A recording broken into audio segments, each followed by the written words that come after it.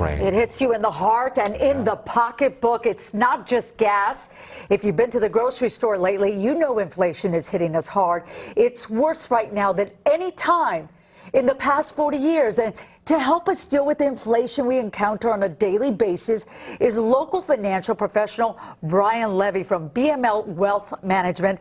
Great to have you with us this morning, Brian. Boy, we need you.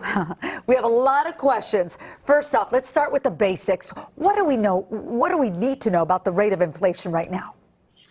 I think a couple things. I mean, it's the largest increase since the 80s. Gas, as you mentioned, is up over 40% in the last year. I mean, my own employees are saying if it goes up any higher, they're going to think twice and do a little bit more work from home.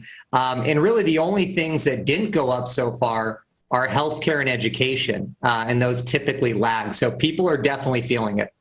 And while we can't control the world, right, Brian, we can control what we do, how we spend, how we show up. And you have a few suggestions when it comes to dealing with inflation. First, tackle our debt.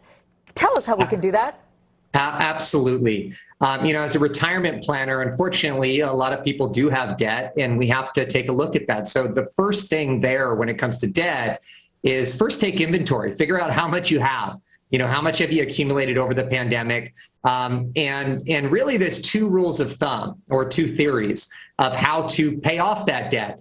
And one of them is the snowball effect, which means pay the smallest balance first, build momentum. And the other one is what they call the avalanche, which is pay off the highest interest rates first, because that's obviously going to be most beneficial to you. But I would say this, that at the end of the day, right now, our fear is rates are going to go up, and you want to make sure, take a look at the variable rate loans that you have, because those could be impacted the most first. And it's times like these that we're reminded that we should have money in the emergency fund. We should have a reserve. For those who don't, now's the time to think about that. How much should we really be setting aside? Yeah. So again, we talk to our clients about this all the time, and the pandemic is proof is in the pudding to have money set aside. We like to advocate 3 to 6 months of living expenses in the bank. Yes, it's not earning a lot, but that money's there if you need it in an emergency. So you don't have to borrow from your retirement accounts, because remember, that money is for your retirement. So you want to make sure you set aside that money and ultimately have that rainy day fund, because you never know when you're going to need it. And don't touch that savings, right? And lastly, you say it might be the best time or the time to revisit our financial goals. What do you mean by that? I think it's a great time to reassess your goals. Don't set them and forget them. You want to start thinking about your long-term goals and work backwards. I always say if you set them, you have a better chance of reaching them, right?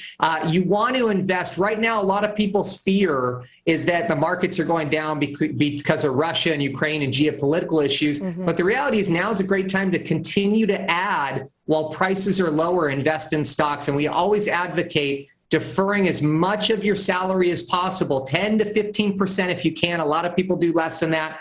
But if you could do 10% or more into those retirement accounts, especially during a time like this, you'll be happy down the road that you put together a plan and you put away as much as possible. Yes, cash is king. That has remained the same, right? Absolutely. Brian Levy from BML Wealth Management, thank you so much for being with us this morning. Thank you.